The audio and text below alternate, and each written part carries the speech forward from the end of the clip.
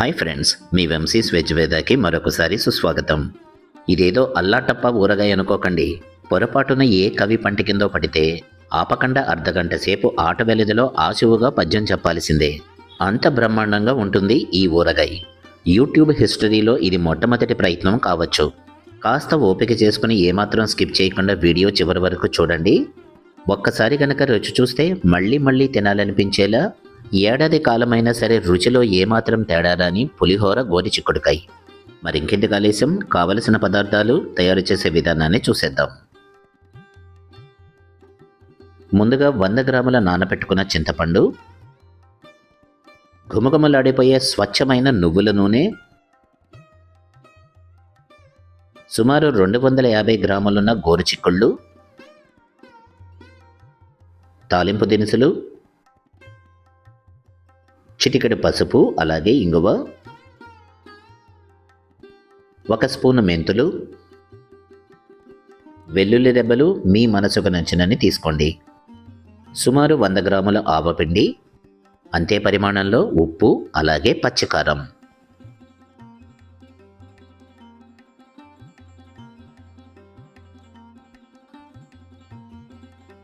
ఏమాత్రం ఆలస్యం చేయకుండా ఈ అద్భుతాన్ని ఎలా తయారు చేయాలో చూసేద్దాం. ముందుగానే వాష్ చేసి ఆరబెట్టుకున్న గోరుచిక్కుళ్ళు,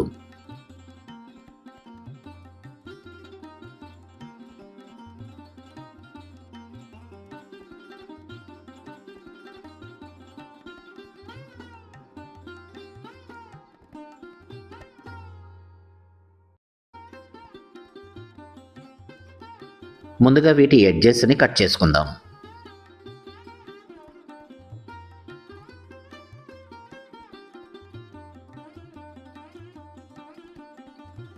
వీటి ఎడ్జెస్ అన్ని కట్ చేసుకున్న తర్వాత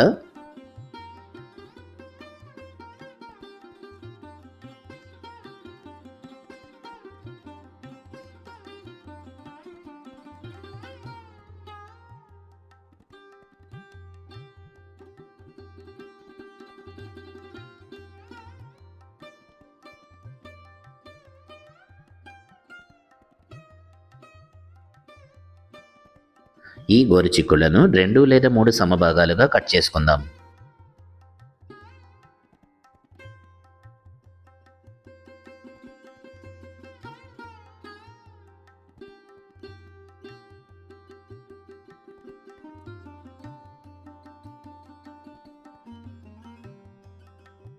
కట్ చేసుకున్న ఈ గోరుచిక్కుడు ముక్కలను కాసేపు ఆరబెట్టుకోండి.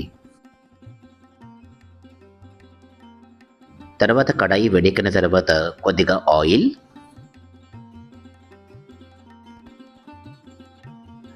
కాస్త హీట్ ఎక్కిన తర్వాత ముందుగానే కట్ చేసి పెట్టుకున్న గోరుచిక్కుడు ముక్కలను కూడా యాడ్ చేసుకుందాం.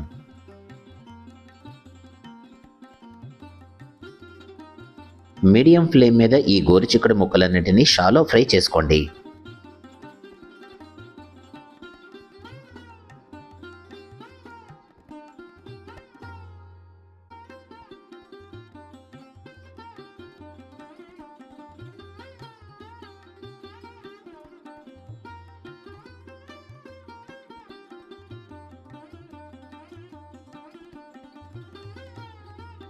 చూడండి, గోరుచిక్కుడు ముక్కలని కాస్తగా కలర్ చేంజ్ అవుతున్నాయి.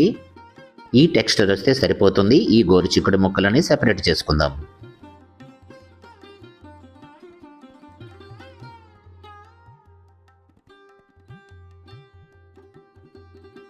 షాలో ఫ్రై చేసుకున్న గోరుచిక్కుడు ముక్కలను పరిశుభ్రమైన బౌల్లోకి డిష్ అవుట్ చేసుకోండి.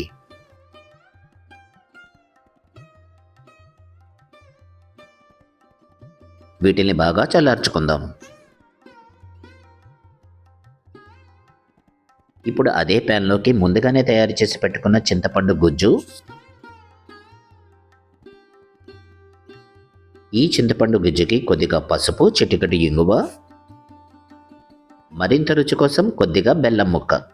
ఈ చిన్న జాగరీ బైట్ ఈ రెసిపీకి మరింత రుచిని యాడ్ చేస్తుంది. మీడియం ఫ్లేమ్ మీద చక్కగా కలిపి పెట్టుకుంటూ ఈ చింతపండు గుజ్జు కాస్త చిక్కపడే వరకు కుక్ చేసుకోండి. ఈ టెక్స్చర్ వచ్చే వరకు సరిపోతుంది. తరువాతి ప్రాసెస్లోకి వెళ్ళిపోదాం. చల్లారిన గోరుచిక్కుడు ముక్కలకి రుచికి సరిపడా ఉప్పు, ఇది సుమారు 100 గ్రాములు ఉంటుంది. అంతే పరిమాణంలో పచ్చికారం,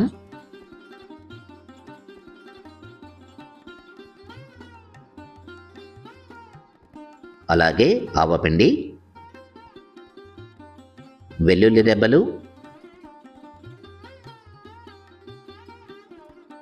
కొద్దిగా మెంతులు,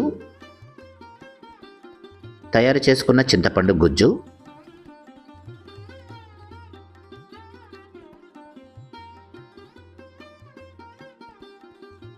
వీటన్నింటినీ ముందుగా ఒకసారి కలిపి పెట్టుకుందాం.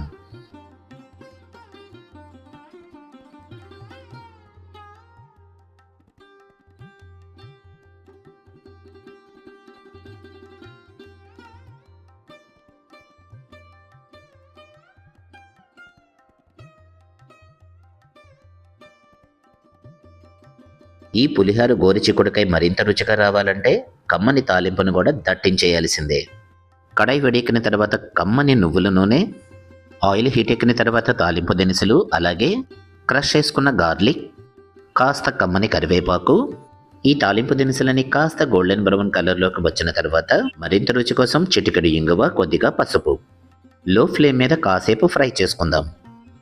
గుమగుమలాడే తాలింపు రెడీ అయిపోయింది. ఏమాత్రం ఆలస్యం చేయకుండా పికిలికి బాగా పట్టించేసేయండి. మరొకసారి చక్కగా కలిపి పెట్టేసుకుని కాసేపు గనక చల్లార్చుకుంటే గుమగుమలాడే పులిహోర గోరుచిక్కుడుకాయ రెడీ. బాగా చల్లార్చుకున్న తర్వాత ఒక 8 కంటైనర్లోకి డిష్ అవుట్ చేసుకోండి. వేడి వేడి అన్నంలో కాస్త గీతో దీన్ని రుచి చూడండి. ఒక్కసారి గనక రుచి చూసారా ఏమాత్రం వదిలిపెట్టరు, అంత బ్రహ్మాండంగా ఉంటుంది ఈ పులిహోర గోరుచిక్కుడుకాయ. ఈ ఊరగాయ రెసిపీ కనుక మీకు నచ్చితే ఒక లైక్ చేయండి. మీ విలువైన అభిప్రాయాన్ని కామెంట్ సెక్షన్లో తెలియచేయండి. మీ ఫ్రెండ్స్కి షేర్ చేయటం మర్చిపోకండి. అలాగే తప్పనిసరిగా సబ్స్క్రైబ్ చేసుకునే వాళ్ళు సబ్స్క్రైబ్ చేసుకోండి. బెల్ ఐకాన్ని యాక్టివేట్ చేసుకోండి. చివరిగా మన హ్యాష్ట్యాగ్ మనసుతో వండండి, ప్రేమతో వడ్డించండి. మరొక రెసిపీతో మళ్ళీ కలుద్దాం.